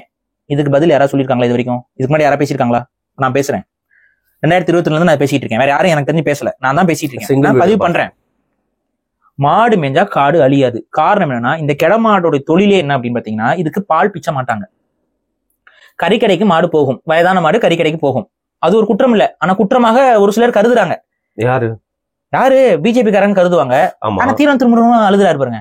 அந்த மென்ஷன் பண்றாருல, கசாப் கடைக்கு கேரளாக்கு போகுது. ஆனா பீஃபும் சாப்பிடணும்ல பிடிச்சவங்க. அதான் அவங்க சாப்பிடுறாங்கன்னு சொல்றாங்களே, நம்ம அதுக்கு பெரிய அளவுக்கு அட்வர்டைஸ் கிடையாது. உரிமை சாப்பிடுறது அவங்க உரிமை. நான் சாப்பிடுவேன், நீங்க சாப்பிட மாட்டீங்க. ஏன்னா நீங்க தடுக்க போறது. நானும் உங்ககிட்ட நீங்க வந்து பீஃப் சாப்பிடுறீங்க, உங்களுக்கு ஏதாவது எதிராக பேசிருக்கீங்க இது வரைக்கும்? நீங்க பீஃப் சாப்பிட்றீங்க வரும், அதனால நான் உங்களோட பழக மாட்டேன்னு நீங்க சொல்லியிருக்கேன். நான் உங்க பக்கத்துல பீஃப் தட்டு வச்சு ஏதாவது செல்ஃபி ஏதாவது போட்டிருக்கேன். அதாவதுங்க, அடுத்தவங்க மூக்கு கிட்ட கொண்டு வராத வரைக்கும் யாருக்கும் அந்த பிரச்சனை கிடையாது. இந்த மூக்கு கிட்ட கொண்டு வந்துட்டு நீ பொறுத்துக்கோ அப்படின்னு சொன்னீங்கன்னா, அப்ப பன்னிக்கரையும் கொண்டு வந்து ஒருத்தன் பொறுத்துக்கோன்னு சொல்லுவான். அப்ப பொறுத்துக்குவே? நீ பொறுத்துக்க மாட்டீல, இதை பொறுத்துக்க மாட்டீல, இதையும் அவனும் பொறுத்துக்க மாட்டான். இதுதான் நான் சொல்றேன். நீ மூக்கு கிட்ட நீட்டி அதை புரட்சின்னு சொன்னீங்கன்னா, அவனும் பன்னிக்கரையை நீட்டி புரட்சின்னு தானே கேட்பான். அன்னைக்கு கருத்து மயிர் பேச தெரிஞ்ச நீ இப்ப என்னடா குள்ளா மாட்டிட்டு இருந்த? எங்கடா போன நீ? எங்க போன நீ? இப்ப ஓரண எச்சரிக்கை பேசிட்டு இருக்காங்கல்ல, நீ பேசிருக்கணும்ல. அன்னைக்கு 3 பேர் உட்காந்துட்டு பேசுனீங்கல்ல, நடுவில் ஒருத்தர் நம்மாலு ஒருத்தர் உட்கார வச்சுக்கிட்டு அவர் பேசுறத வேற எடிட் பண்ணி அவரு அவங்க அம்மா கிட்ட சத்தியம் பண்ணிட்டு வந்தவர். அவர் அதை சொல்லியிருப்பாப்புல, அதை கட் பண்ணியாச்சு. ஏன்னா அது கான்ட்ராடிக்ட் ஆகுதுல இவங்க கண்டென்ட்டுக்கு, கட் பண்ணி தூக்கி எரிஞ்சாச்சு. அன்னைக்கு வந்து பேச தெரிஞ்ச இன்னைக்கு உட்காந்து பேசணும். ஓர் எச்சரிக்கையை நீ ஆதரிக்கிறியா? பேச முடியல. யாருக்காக பேசிட்டு இருக்கேன்னு உனக்கு புரியுதா? இத்தனை பேரை பகச்சு நான் யாருக்காக பேசிட்டு இருக்கேன்? நம்ம எதிர்காலத்துக்கு நான் பேசிட்டு இருக்கேன். நீ என் கூட நில்லுன்னு நான் சொல்லல, உண்மையின் பக்கம் நில்லு. என் கூட நீ நிக்க வேணாம், உண்மையின் பக்கம் நில்லு. உண்மையின் பக்கம் நிக்க முடியலன்னா ஒதுங்கி நில்லு. இவ்வளவுதான் என்னால சொல்ல முடியும். அப்ப இந்த மாட்டுக்கறி இது பண்ணக்கூடாது, அது கேரளாக்கு அனுப்புறது ஏதோ அவருக்கு பிடிக்கல போல, மாட்டுக்கறி இது பண்றது, அந்த பிசினஸ் பண்றாங்க, லாபகரமான பிசினஸ் அப்படின்லாம் சொல்றாங்க. எனக்கு புரியலப்பா. விவசாயம் பண்றவங்க எல்லாம் அதெல்லாம் கேட்டுக்கோங்க. லாபகரமான பிசினஸ் சொல்றாங்க, வாங்க எல்லாரும் செய்வோம், பெரிய அளவுல கோடீஸ்வரன் ஆகலாம். இந்த பாருங்க, மாடு வச்சிருக்கலாம், பெரிய கோடீஸ்வரங்கிறாரு அவரு. தெரிஞ்சுக்கிட்டு பண்ணுவோம். லட்சங்கள்ல விக்குதாமே மாடு. ஜல்லிக்கட்டு காலையெல்லாம் லட்சங்கள்ல ஒரு பெரிய தொழிலாமே. அந்த மாடு வளர்க்கறதுக்கு எவ்வளவு ஆகும்னு தெரியுமா செலவு? காளை மாடு வளர்த்துருக்காரா? ஒரு காளை மாட்டை மெயின்டைன் பண்றதுக்கு ஒரு நாள் செலவு எவ்வளவுன்னு தெரியுமா? நம்ம காசுக்கு எவ்வளவுன்னு தெரியுமா? 500 ரூபா ஆகும் ஒரு மாட்டை ஒரு நாளைக்கு. கண்டிப்பா. ஆமா, ஒரு நாளைக்கு. அந்த ஒரு நாள் அது வந்து குதிச்சுட்டு போறதுக்கு ஒரு வருஷம் ஒரு நாளைக்கு. அப்ப ஒரு நாளைக்கு 500 ரூபானா ஒரு மாசத்துக்கு எவ்வளவு? 15,000 ரூபாய். வருஷம் ஃபுல்லா இது பண்ணும். வருஷம் ஃபுல்லா கணக்கு போட்டு பாருங்க நீங்களே. சும்மாலாம் இல்ல, மாடு வளர்க்குறவங்க எல்லாம் சும்மா மாடு வளர்த்துட்டு இல்ல, அப்படி வளர்க்கணும். அதெல்லாம் லாபகரமான அப்படிலாம் பேசவே கூடாது. ரொம்ப தப்பான புரிதல். சரி, இந்த மாடு விஷயத்துக்கே வரேன். யாரும் பேசல, நான் சொல்றேன். அதாவது மாடுகள் மேய்ஞ்சால் உண்மையிலே காடு அழியாது. காரணம் என்ன அப்படின்னா, இந்த மாடுகள் ஒரு தொழிலே என்னன்னா, நம்ம தோட்டங்களுக்குலாம் அதை கூட்டிட்டு வருவாங்க கிடமாடுகளை. அவங்க எப்படி நம்ம பேசுவாங்க, கிடமாடை ஒரு நாளைக்கு நிப்பாட்டி வைக்கிறதுக்கு 5,000 10,000 பேசுவாங்க. தோட்டத்துல ஒரு நாளைக்கு கிடமாடுகளை நிப்பாட்டி வைக்கிறதுக்கு 5,000 10,000. அது மாட்டோட எண்ணிக்கையை பொறுத்து. இப்ப ஒரு ரொம்ப பெரிய தோப்பா இருக்கு அப்படின்னா ஒரு 10,000 மாடை கொண்டு வந்து ஒட்டுக்கா நிப்பாட்டினா அதுக்கு காசு. அது மாதிரி எத்தனை நாள் நிப்பாட்டுறாங்கன்னா அதுக்கு தான் காசு வாங்கிக்குவாங்க. என்ன ஆகும் அப்படின்னா, அப்படி நிற்கும் பொழுது ஒண்ணு இந்த மாடுகள் இந்த களை செடிகள் எல்லாத்தையுமே மேய ஆரம்பிக்கும். புல்லுகள் எல்லாத்தையும் மேய்ஞ்சு நிலத்தை ஓப்பன் பண்ணி விடும். அது மட்டும் இல்லாம யூரின் அடிக்கும். மாட்டு மூத்திரத்தை குடித்தால் நல்லதோ கெட்டதோ எனக்கு தெரியாது, ஆனால் மாட்டு மூத்திரம் மண்ணில் பட்டால் நல்லது, செடிகளுக்கு ரொம்ப நல்லது. சரியா? அதே போல நாட்டு மாட்டு சாணம் மண்ணுக்கு அது அமிர்தம். நாட்டு மாட்டு சாணம் மண்ணுக்கு அது அமிர்தம். இந்த மாட்டு சாணம் ஒரு இடத்துல விழுந்துச்சுன்னு வைங்க, அந்த இடத்துல இருக்க செடிகள் எவ்வளவு வீரியமா வளருதுன்னு செழிப்பா வளரும், பச்சை பசைல்னு மாறிடும். அந்த மாதிரி மாடுகளை கொண்டு வந்து வயக்காட்டுலயோ இல்ல தோட்டங்கள்லயோ தென்னந்தோப்புகளையோ வந்து நிப்பாட்டுவாங்க. நாங்களாம் நிப்பாட்டிருக்கோம். வந்து நிப்பாட்டுவாங்க, அதுக்கு ஒரு காசு கொடுத்துருவாங்க. அந்த காசு தான் இந்த கிடமாடு வச்சு வளர்க்குறவங்களுக்கு பேசிக்கான தொழிலே. மாடுகளை கொண்டு வந்து நிப்பாட்டுவாங்க, அது அங்க அந்த தோட்டத்துல மேய்ஞ்சிட்டு அங்கேயே யூரின் போகும், அங்கேயே இது போகும், அது மண்ணுக்கு உரமா பண்படுத்திட்டு போகும், மண்ணை வந்து பண்படுத்திட்டு போகும். இன்னொன்னு, இந்த மாடுகள் நடக்குது பாத்தீங்களா, அந்த நடக்கிற இடத்துல எல்லாம் குழி ஆகிடும், குட்டி குட்டி குழி அப்படியே கொத்தி போட்ட மாதிரி ஆகிடும். அது மாதிரி எந்த ஒரு டிராக்டரும் உழுதுறாது. மாடு நடக்கும்போது அந்த ஒரு கொழும்புல இருந்து அப்படியே அந்த ஒரு மிதி படப்படப்பட அது ஒரு அந்த சொத்த ஆகி அந்த மண்ணு அவ்வளவு வளம் பெறும், அமிர்தமா மாறிடும் மண்ணு. அதுக்கு அடுத்து வரக்கூடிய மரத்துல வேகமா வீரியமா புல்லுகளும் பூண்டுகளும் நல்ல வேகமா வளரும். இதுதான் கிடமாடுகளுடைய அடிப்படையான ஒரு விஷயம். இந்த கிடமாடுகள் இலவசமா காட்டுக்குள்ள போய் மேயுது. அங்கதான் யூரின் போகும், அங்கதான் ஆய் போகும். சயின்டிபிக்கலா சொல்றேன். நம்ம காடுகளை இந்த மாடுகள் எந்த அளவுக்கு பெரிய அளவு பாதுகாக்குதுன்னு முதல்ல புரிஞ்சுக்கணும். இப்ப இந்த நம்ம காடுகள் வந்து ரொம்ப அதாவது எப்பவுமே மழை பெஞ்சுக்கிட்டு இருக்க நல்ல செழுமையான காடுகள் கிடையாது நம்ம காடுகள். கரெக்டா? ஒரு சில சீசனுக்கு மழை பெய்யும், ஒரு சில சீசனுக்கு மழை பெய்யாவே இருக்கும். இப்ப என்ன ஆகும்னா, இப்ப இந்த மழை பெய்யாத காலங்கள்ல வறட்சி இருக்கும், பாத்திருக்கீங்களா? வறட்சிலாம் என்ன ஆகும், இலைகள் சருகுகளாக மாறும். இப்ப இந்த மாதிரியான இலைகள் புல் தரையெல்லாம் சருகா மாறுதுன்னு வைங்க. அப்படி சருகாக மாறிடுச்சுன்னா it undergoes a process called oxidation. ஆனா அந்த ப்ராசஸ் வந்து ரொம்ப டிலே ஆகும். இந்த ஆக்சிடேஷன் ப்ராசஸ் வந்து ரொம்ப டிலே ஆகும், அவ்வளவு வேகமா அது மக்காது. இது மக்காம போறதுனால என்ன ஆகும்னா, திரும்ப மழை பெய்யுது பாத்தீங்களா, அப்படி மழை பெய்யும் போது இது ஃபுல்லா வந்து மக்கி இருக்காது இந்த குப்பைகள். ஸோ ஆட்டோமேட்டிக்கா இது நிலத்துக்கு மேல ஒரு லேயர் மாதிரி ஃபார்ம் பண்ணிடும். தண்ணி போய் அடையாது, மண்ணுக்குள்ள தண்ணியை உள்ள விடாம அந்த தண்ணியில இருந்து அந்த மண்ணுக்குள்ள அது இறங்காம அப்படியே நகர்த்தி விட்டுரும். இன்னொன்னு, இது ஒரு திக் லேயரா இருக்கனால புதுசா விதைகள் மேல முளைச்சு வரதையும் தடுத்துரும். லைட்டும் போவாது, வெள்ளியும் வராது, அந்த செடிகள்லாம் முளைக்காது. இந்த ஆக்சிடேஷன் ப்ராசஸ்னால காடு கொஞ்சம் கொஞ்சமாக மலட்டுத்தன்மை அடையும். புரியுதா? இது மாதிரி இதுதான் யதார்த்தம். இந்த ஆக்சிடேஷன் ப்ராசஸ் பற்றி நிறைய பேர் பேசல. இந்த வழக்கிலையும் நீதிபதிகள் இதை பத்தி யோசிக்கல. இதை யோசிக்கல. இதை யோசிக்க வைக்கணும். யாரையும் குறை சொல்லல, ஆனா இதை யோசிக்கல. இந்த ஆங்கிளே அவங்களுக்கு தெரியல. நிறைய பேருக்கு இந்த ஆங்கிள் தெரிஞ்சுக்கிட்டவன் யாரு? ஒரு வெளிநாட்டுக்காரன். ஆப்பிரிக்கால 40,000 யானைகளை கொன்றவன். 40,000 யானைகளை கொன்றவன். இப்ப சமீபத்துல ஒரு விஷயம் நடந்துச்சு, ஞாபகம் இருக்கா? ஜிம்பாப்வேல வந்து 40 யானை வந்து நம்ம இந்தியாவுக்குள்ள கொண்டு வரணும்லாம் பேசிட்டு இருந்தாங்களே அங்க. ஏன்னா அந்த யானைகள்னால காடு அழியுதுன்னு சொல்லிட்டு அழிக்கணும்னு சொல்லி அதுக்கு எதிரா அந்த மாதிரி ஒரு செயல்பாடு ஆரம்பத்து செயலுக்கு அவர் துணை போன ஆளு. 40,000 யானையை கொன்னேன்னு அவரே ஒத்துக்கிறாரு. தப்புன்னு நான் சாகுற வரைக்கும் இந்த பாவத்தை சுமக்கணுங்கிறாரு அவரு. ஆனா அதுக்கப்புறம் ஒரு விஷயத்த கண்டுபிடிச்சோம்.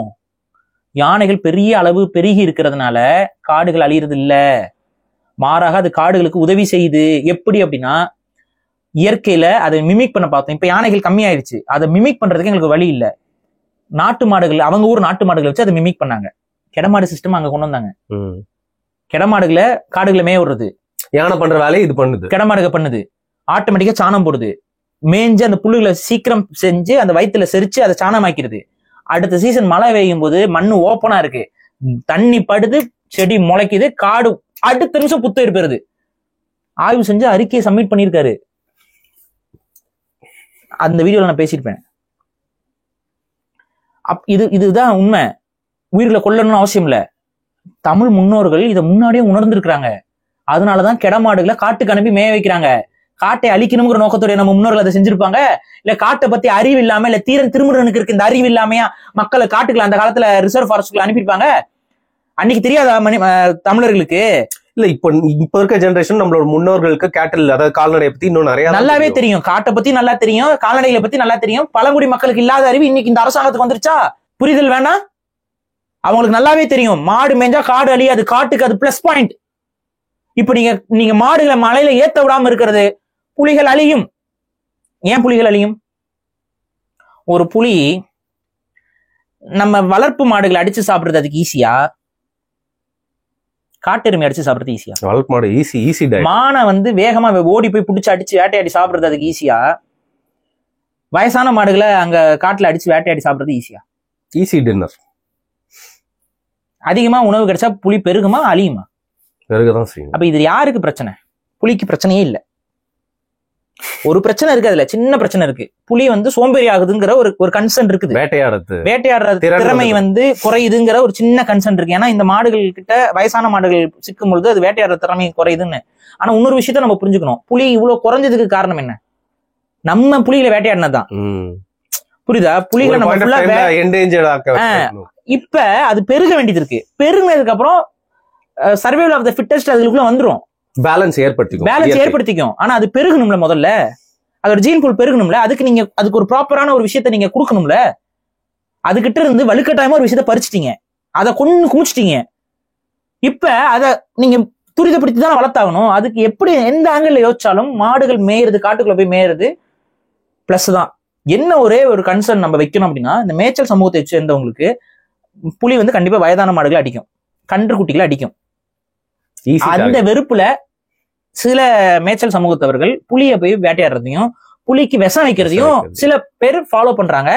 அது தவறு. அந்த புரிதலை அவங்களுக்கு ஏற்படுத்தணும். நீங்க மாடு மேய்க்கிறீங்களே, இலவசமா மாடு மேய்து இல்ல, 1-2 காடு எடுத்துக்கும். மேன் அனிமல் கான்ஃபிளிக்ட்ல ஒரு பார்ட் 1-2 காடு எடுத்துக்கும். நம்ம ஒண்ணும் பண்ண முடியாது. இயற்கை அப்படிதான். இதை புரிதல் ஏற்படுத்தணும். அதுல எனக்கு ஓகே. ஆனா புலிக்கு இது நல்லதுதான். தீரன் திருமுருகன் புலிகளுக்கு வாய்ஸ் இருந்துச்சுன்னா புலிகளும் வந்து தீரன் திருமுருகனை எதிர்த்திருப்பாங்க. அப்பா எனக்கு நல்ல சாப்பாடு கிடைச்சிட்டு இருந்துச்சு, நீ தடுத்து விட்ட. இப்ப நான் வேட்டையாடணும்னா இப்ப நான் மானை தேடி அலையணும். மானை வேகமா ஓடி ஈஸியா தப்பிக்கும், பிடிக்கிறது கஷ்டம். எருமை வேட்டையாட முடியும் புலினால, ஆனா வாழ்வா சாவாதான். புலி வந்து வைல்டு கார், அந்த வைல்டு காரை வேட்டையாடும் பொழுது வாழ்வா சாவாதான். ஒரு எருமைனால ஒரு புலியை அழகா கொல்ல முடியும். சொல்லவே தேவையில்லை. யானையெல்லாம் வேட்டையாடுறது ரொம்ப கஷ்டம். அப்படியும் வேட்டையாடும்னா ஏதாவது ரொம்ப சின்ன யானை கன்றுகள் இல்ல வயதான யானைகளை தான் வந்து அதனால வேட்டையாட முடியும். நம்ம ஃபாரஸ்ட் டிபார்ட்மெண்ட் இன்னொரு கேவலமான ஒரு வேலையை பண்ணுது. அடிக்கடி யானை செத்து போச்சுன்னா அதை கொண்டு போய் எரிச்சிட்டு வரீங்க. ஏன் எரிக்கிறீங்க? எனக்கு அது இன்னைக்கு வரைக்கும் புரியல. ஏன் ஃபாரஸ்ட் டிபார்ட்மெண்ட் பண்றீங்க? ஏன்னா நாத்தடிக்குது. அதுக்காக நீங்க பண்ண கூத்துல ஒரு இனத்தையே நீங்க அழிச்சிட்டீங்க தெரியுமா? என்னது? பிணந்தினி கழுகுகள் இல்ல தமிழ்நாட்டுல, தெரியுமா? ஃபர்ஸ்ட் நிறைய இருந்ததுங்களா அது? நான்லாம் சின்ன வயசுல இருக்கும்போது அத்தனை பார்ப்பேன். ஏதாவது ஒண்ணு செத்து இருந்தா கூட வந்துடும். ஸ்கேவெஞ்ச் பண்றதோட வேலை. நீ யானையோ இல்ல எருமையோ காட்டுல செத்து இருந்தா நீங்க போய் ஏங்க பெட்ரோல் ஊத்தி எரிக்கிறீங்க? ஏன் எரிக்கிறீங்க? இன்னைக்கு வரைக்கும் அதை தொடர்ச்சியா பண்ணிட்டு இருக்குது வனத்துறை. இத ஏன் கன்சர்ன், ஏன் புரிதல் இல்லை உங்களுக்கு? யானை காட்டுல சத்தா யானை நாரதான் செய்யும், ஒண்ணும் பண்ண முடியாது, நாத்தடிக்கதான் செய்யும். அதுவா மக்கி போகணும். அது மக்கிற வரைக்கும் உயிரினங்கள் அதே ஸ்கேவன் செய்யும். புழு பூச்சிகள் வரும், அந்த புழுக்களுக்கு ஒரு பெரிய ஈகோசிஸ்டம்ங்க. கடல்ல வேல் செத்தோன்னு ஒரு 2.5 வாரம் எல்லாருக்கும் ஃபீஸ்ட் இருக்கும்ல, அந்த மாதிரி ஒரு ப்ராசஸ் அது. நீங்க யானை செத்தாலும் போய் எரிச்சிடுறீங்க, எருமை மாடு செத்தாலும் போய் பிடிச்சி போய் எரிச்சிடுறீங்க. எதுக்கு நீங்க எரிச்சுக்கிட்டே இருக்கீங்க? அப்புறம் ஸ்கேவெஞ்சிங் அனிமல். கழுதுப்புலி காணுங்க, கழுதுப்புலி இருக்குதா? இப்ப காணோம். இந்தியன் இருக்கு, இந்தியன் ஹைனாஸ் இன்னைக்கு ரொம்ப குறைஞ்சிருச்சு. காரணம் என்ன? சாவறது எல்லாத்தையும் நீங்க போய் எரிச்சிட்டு நாத்தடிச்சதுனாவே போய் எரிச்சிட்டு வந்துடுறீங்க. எப்படி அது இனப்பெருக்கமாகும்? எப்படி அது வளரும்? இவ்வளவு பிரச்சனை இருக்கு. அதுல எந்த ஒரு அடிப்படை புரிதலும் இல்லாம இந்த விஷயங்கள்ல வந்து தலையிடக்கூடாது, கையே வைக்க கூடாது. ரொம்ப காம்ப்ளெக்ஸ். நீ உள்ளேயே போக கூடாது. முதல்ல நீ ஏன் போய் வேடிக்கை பாக்குற? காட்டுக்குள்ள போய் நீ ஏன் போற? மனித நடமாட்டம் உள்ள போறதே தேவையில்லை. ஆனா இது நடந்துகிட்டு இருக்கு. அப்ப நம்ம என்ன சொல்றோம்னா, முதல்ல புரிஞ்சுக்கோங்க, இந்த மாடுகள் மேய்ஞ்சா காடு அழியாது. மாடுகள்னால ஆக்சுவலா காட்டுக்கு நன்மையே. காடுகளுக்குள்ள மாடு போய் மேயணும், புல்லுகள் எல்லாம் மேயணும். மேய்ஞ்சிட்டு அது சாணம் போடும். அந்த சாணமும் யூரினும் பெரிய அளவுக்கு வரும். அந்த உரத்தை எவ்வளோனாலையும் கொண்டு போய் காட்டுக்குள்ள நெப்ப முடியாது. சீமான் அவர்கள் நாளைக்கு முதலமைச்சர் ஆனதுக்கு அப்புறம் கூட மாடுகளை கொண்டு வந்து நான் மேய்ச்சல் நிலத்துல மேய்ச்சிட்டு அதை கொண்டு போய் நான் காட்டுக்குள்ள போய் சாணத்தை போடுவேன்னா போட முடியாது. உன்னால முடியவே முடியாது. காடுகளுக்குள்ள மாடு மேயணும், மலைகளுக்குள்ள போகணும், ரிசர்வ் ஃபாரஸ்ட்குள்ள மாடுகள் போகணும், மேயணும். புலிகள் 1-2 மாடு அடிக்கும், சாப்பிடும், அது இயற்கை, ஒண்ணுமே பண்ண முடியாது. போயிட்டு மேய்ஞ்சிட்டு வரட்டும், உயிர் இருக்க மாடுகள் வெளியில வரும். காலங்காலமா கண்டினியூவா நடக்கிற ப்ராசஸ். இந்த ப்ராசஸ் தொடரணும். இந்த ப்ராசஸ்க்கு எதிராக வழக்கு போட்டு கடந்த 2020 ஒரு வழக்கு போட்டிருக்காரு, ஸ்டே வாங்கிட்டாரு 2020லயே. இப்ப 2025, 5 வருஷம் மாடுகள் காடுகளுக்குள்ள மேய போல. எத்தனை பேர் இந்த தொழில் விட்டு போயிட்டாங்க தெரியுமா? எத்தனை பேர் போயிட்டாங்க தெரியுமா? யாருக்கா பேசுறேங்கிறது மாடு மேய்க்கிறவங்களுக்கு தெரியும், மாடு மேய்க்கிறவங்களுக்கு தெரியும். பாரிசாலன் யாருக்காக பேசிட்டு இருக்காங்க. போயிட்ட மேய்ச்சல் நிலத்துல போய் மேய்ச்சிக்கோங்க, அதுக்கு எங்களுக்கு பிரச்சனை கிடையாது. மேய்ச்சல் நிலம் எங்க வச்சிருக்கீங்க? மேய்ச்சல் நிலம் நல்லா இருக்குன்னா எதுக்கு இப்ப போராட வரீங்க? அப்ப நீங்க என்ன பண்ணிருக்கணும்? ஏங்க, ஒரு விஷயத்துல போய் நீ சாப்பிடக்கூடாதுன்னு சொல்றீங்க, வேற ஒரு சாப்பாடை கொடுத்துட்டு தானுங்க நீங்க அந்த விஷயத்த சொல்லணும். பட்னியில சாவுன்னு சொல்ல, பட்னியில சாவுடா, ஆனா இதை நீ சாப்பிடக்கூடாதுன்னு சொல்றது எவ்வளவு பெரிய அயோக்கியத்தனம். அந்த அயோக்கியத்தனத்தை மாடுகளுக்கு பண்றீங்கல்ல. இதை கேள்வி கேட்டா நான் கருணா? யார் கருணா? இப்ப யார் கருணா? இல்லங்க, அவர் இவ்வளவு இது பேசியும் வந்து சீமான் அவர்களை பத்தி இந்த காணொலியில எதுவும் எதிர்த்தும் தப்பாவும் பேசலன்றதுனால இன்னைக்கு வந்து சீமான் அவர்கள். நான் ஒரு விஷயம் சொல்றேன், ஏன் எனக்கு கோவம் வந்துச்சு தெரியுமா? சீமான் அவர்களுக்கு தெரியாத இவர் தான் வழக்கு போட்டாருன்னு தெரியல அப்படின்னா நீங்க ஏன் இவ்வளவு இக்னோரண்டா இருக்கீங்க? ஒரு இக்னோரண்டான ஒரு தலைவரா இருக்கலாமா? சரி, வழக்கு போட்டதே அவர் தானே. அவர் பின்னாடி நிப்பாட்டிட்டு எப்படி உங்களால பேச முடியுது? அது ஒரு அறமா? அது அறமான செயல் நீங்க நம்புறீங்களா? சொல்லுங்க. நீங்க ஒரு குற்றவாளியை பின்னாடி நிப்பாட்டி வச்சுக்கிட்டு அந்த குற்றத்தை சாடுறது என்ன மாதிரியான அரசியல்? அதுதானே திராவிட அரசியல். தப்பு செய்யறவங்களாம் கூட வச்சுக்கிட்டு ஹிப்போக்ரேட், மலையை குடையறவங்களாம் அவன் தான் இருப்பான். மலைகளுக்கு எதிராக சாராயத்தை காய்ச்சி விற்கிறவே அவனா தான் இருப்பான். சாராயத்துக்கு எதிராக வழக்கு போட்டதே அவர் தான். அவரை பின்னாடி நிப்பாட்டி வச்சுக்கிட்டு நீங்க யார்கிட்ட பேசிட்டு இருக்கீங்க? இதை நான் விமர்சிக்கலாம், அவன் விமர்சிப்பான். திராவிடத்துக்காரன் விமர்சிக்கல, அவன் எடுத்துட்டு வரானா இல்லையா? என்னைக்கு நான் சொன்னேன்? நான் கட்சியில இந்த ஆளு சேரும் போதே நான் போட்டனா இல்லையா? மூஞ்சில ரவுண்டு போட்டு போட்டிருக்காங்க அவங்க ரவுண்டு போட்டு போடுறாங்க. நான் மார்ச் 22 சொன்னேன் இல்லைங்க, போஸ்ட் போட்டாச்சு. இந்த கட்சியில இவர் உள்ளவர், இவங்க இந்த மாதிரி ஒரு கூட்டத்தை அறிவிக்கிறதுக்கு முன்னாடி நான் சொன்னேங்க. ஆனா அதுக்கப்புறமா ஒரு கூட்டத்தை மாடு மேய்க்கிறதுக்கு ஒரு கூட்டத்தை அறிவிச்சு இந்த நபரை நீங்க பின்னாடி நிப்பாட்டி நீங்க பேசுறீங்கன்னா இது என்ன மாதிரியான நடைமுறை? இது என்ன மாதிரியான நடைமுறை? எல்லாம் அட்லீஸ்ட் என்ன சொல்லணும்? பின்னாடி நிக்கிறாப்ல இவர் தான் வந்து என் தம்பி தான், தெரியாம வழக்கு போட்டான், புரிதல் எல்லாம் பண்ணிட்டாரு, புரிதல் எல்லாம் பண்ணிட்டாரு, இவனே எங்க கூட தான் நிக்கிறான் பாருங்க, இப்ப நாளைக்கு நாங்க இவரை வச்சு நாங்க வழக்கு போடுவோம். சரி, 3 இப்ப நீங்க மாநாடு நடத்துனீங்க, தீர்மானங்கள் நிறைவேற்றுவீங்க, என்ன சொல்லுவீங்க? யாருக்கிட்ட வைப்பீங்க கோரிக்கை? அரசாங்கத்துல வைப்பீங்க. இது அரசாங்கமா தடையை போட்டுச்சு இல்ல, கோர்ட்டின் மூலியமா தடை வாங்கினாங்க. உயர் நீதிமன்றத்துல உங்க ஆளு வழக்கு போட்டிருக்காரு. நான் உங்க ஆளுன்னு சொல்றேன்னு கோச்சுக்காதீங்க. இப்ப உங்க ஆளு அவரு, அன்னைக்கு உங்க ஆளு கிடையாது. அதையும் நான் பதிவு பண்றேன். அவரு கோர்ட்ல கேஸ் போடுறாரு.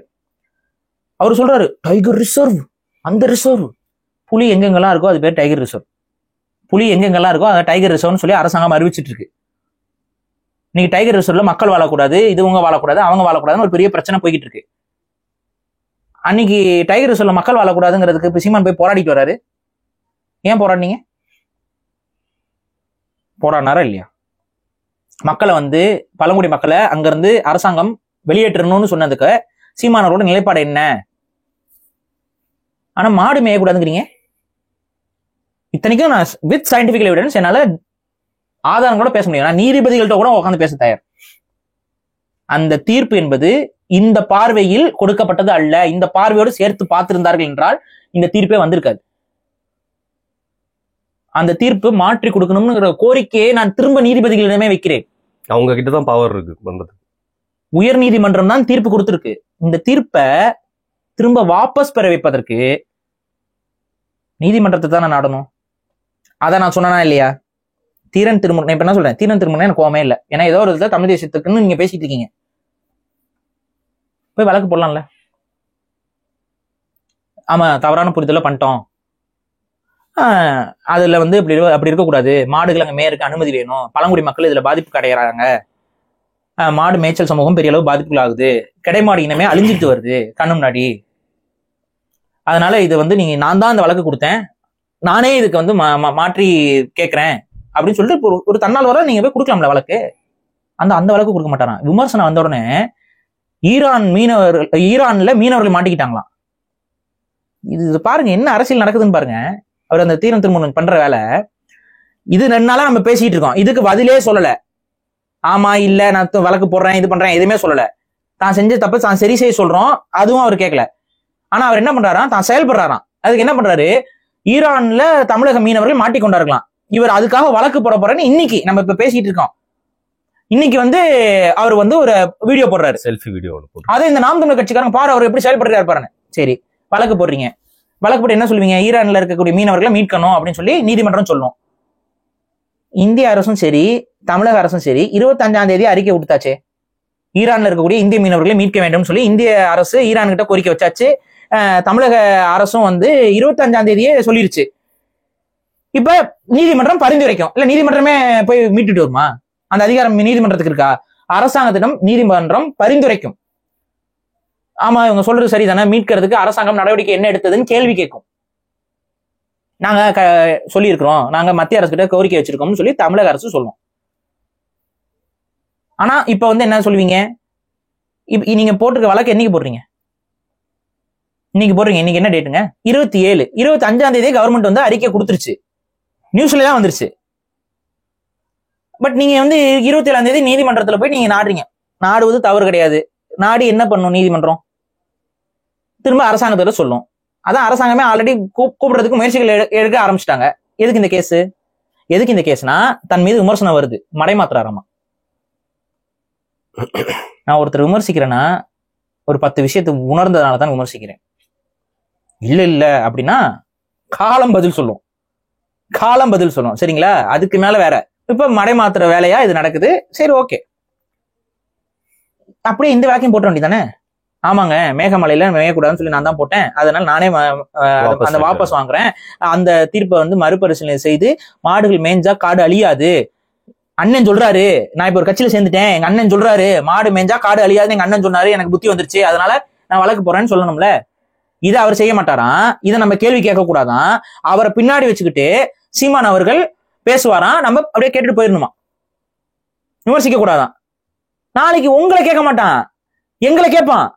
சீமான் அவர்களே நீ வந்து ஆதரிக்கிறாயே, இதுக்கு பதில் சொல்லுன்னு கேட்பான். என்ன பதில் கொடுக்க நானு சொல்லுங்க? கேஸ் போட்டது அவர் பின்னாடிதான் நிக்கிறாப்ல. அவர் பின்னாடி நிப்பாட்டிக்கிட்டே இவர் அதுக்கு எதிராக பேசிக்கிட்டு இருக்காரு. குறைந்தபட்சம் அவர் இது வரைக்கும் அதுக்கு மன்னிப்பு கேட்டாரா? இன்னைக்காவது அவர் செஞ்சது தவறுன்னு ஒத்துக்கிறாரா? தான் செய்தது தவறு, அந்த தவறுனால் பெரிய அளவுக்கு தமிழக மக்கள் பாதிப்புக்குள்ளாயிருக்காங்க, பழங்குடி மக்கள் பாதிப்புக்குள்ளாயிருக்காங்க, தமிழ்நாட்டு மாட்டு வகைகள் அழிவும் தருவாய்க்கு போய்கொண்டிருக்கிறதுன்னு அவர் ஏதாவது பேசினாரா? இது வரைக்கும் மன்னிப்பு கேட்டாரா? தவறுக்கு நான் வருந்துகிறேன், அதுக்கான எதிர் விஷயங்கள் செய்கிறேன்னு அவர் ஏதாவது சொன்னாரா? எதுவுமே அவர் சொல்லல. அவரை பின்னாடி வச்சுக்கிட்டு நீங்க யாருக்கிட்ட பேசிட்டு இருக்கீங்க? கோவம் வருமா வராதா? கோவப்படக்கூடாதுங்கிறீங்க. உங்களுக்கு எல்லாம் பெரிய திமுக மேல அதிமுக மேல ஏன் கோவம் வருது? அவங்களெல்லாம் கூட வச்சுக்கிட்டு, குற்றவாளிகளை கூட வச்சுக்கிட்டு அவங்க குற்றத்துக்கு எதிராக பேசும்போது நீங்க கோவப்படுறீங்க. அதே தான் இங்க நடக்குது. ஏன் வேறுபாடு? இந்த வேறுபாடு இருக்கக்கூடாதுன்னு நான் நினைக்கிறேன். தப்புனா தப்பு, யார் செஞ்சாலும் தப்புனா தப்பு, நான் நாளைக்கு செஞ்சாலும் தப்புனா தப்பு தான். அதுல எனக்கு மாற்றுக்கிறது இல்லை. அவதூறு பரப்பக்கூடாது. நான் அவதூறு பரப்பல, நடந்ததான் சொல்லியிருக்கேன். வழக்கு போட்டது உண்மை, வழக்காடினது உண்மை, தீர்ப்பு வந்தது உண்மை, அதனால மக்கள் பாதிப்பு அடைந்தது உண்மை, மாடுகள் பாதிப்பு அடைந்தது உண்மை. அந்த பாதிப்புக்கு எதிராக சீமான் இன்னைக்கு போராட போறேன்னு சொல்றதெல்லாம் உண்மை. ஆனால் அது எல்லாத்துக்கும் காரணம் சீமான் அவர்கள் பின்னாடி நிற்கக்கூடிய தீரன் திருமுருகன் தான் என்பதும் உண்மை, மறுக்க முடியாது. குற்றவாளியை பின்னாடி வைத்துக்கொண்டு குற்றத்தை சாடுவது திராவிட அரசியல். அந்த திராவிட அரசியலை நீங்க செய்றீங்க அப்படின்னா உங்களுக்கு ஆதரவு வராது, யாரும் கொடுக்க மாட்டாங்க. அதனால அந்த நபர்கள் எல்லாம் பின்னாடி வச்சுக்கிட்டு இருக்காங்களே, அந்த நபர் மன்னிப்பு கேட்க சொல்லுங்க. பொதுத்தளத்தில் மன்னிப்பு கேட்கணும். மன்னிப்பு கேட்டுட்டு அதுக்கு எதிரான நடவடிக்கைகள், அவர் மீது இருக்கக்கூடிய குற்றத்தை போக்குவதற்கு அவர் வழக்கறிஞர் தானே, நினைச்சா அவர் வழக்கு போடலாம்ல. அதுக்கான முயற்சிகள் எடுக்கட்டும், வரவேற்போம். தெரியாம ஒரு தவறு செய்யறது வேற, தெரிஞ்சே அந்த தவறு செய்யறது ஒண்ணு, தெரிஞ்சே தவறை நியாயப்படுத்துறது ஒண்ணு. யாரு குற்றவாளி, யாருக்கு குற்றத்துக்கு நீங்க ஆதரவு நிக்க போறீங்கன்னு பாருங்க. இன்னொன்னு, இந்த எண்டு கார்டு ஒண்ணு சொன்னேன்ல, அந்த எண்டு கார்டு இதுதான் ஸ்பெஷல் ஐட்டம். அன்னைக்கு தீரன் திருமுருகன் இந்த வழக்கு போட்டாப்புல இல்ல, அன்னைக்கு பாரிசாலை மட்டும் எதிர்க்கல, சீமானும் எதிர்த்தாரு. அதனால இந்த தீரன் திருமுருகன் சீமானும் எதிர்த்தாரு. எண்ட போய் பாருங்க, சந்தோஷமா போயிட்டு வாங்க. சரி, அந்த எண்டே முடிவா வச்சுக்கலாம்னு நினைக்கிறேன். மிக்க நன்றி. நன்றி.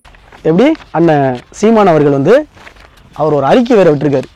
உண்மையில இந்த அறிக்கையை அவர் யோசிச்சு இந்த அறிக்கை அவர் விட்டாரா, இல்ல யாராவது ஒருத்தர் எழுதி கொடுத்துதான் அந்த அறிக்கையில அவர் கையெழுத்து போட்டாரான்னு எனக்கு உண்மையில தெரியல. அவர் என்ன சொல்றாருன்னா, இங்க இருக்கக்கூடிய மேய்ச்சலுக்கான நிலங்கள்ல போய் மாடுகள் வனப்பகுதியில் மேய்ஞ்சிச்சுனாக்க இயற்கை தன்னைத்தானே தக்க வைத்துக் கொள்ளுன்றார்.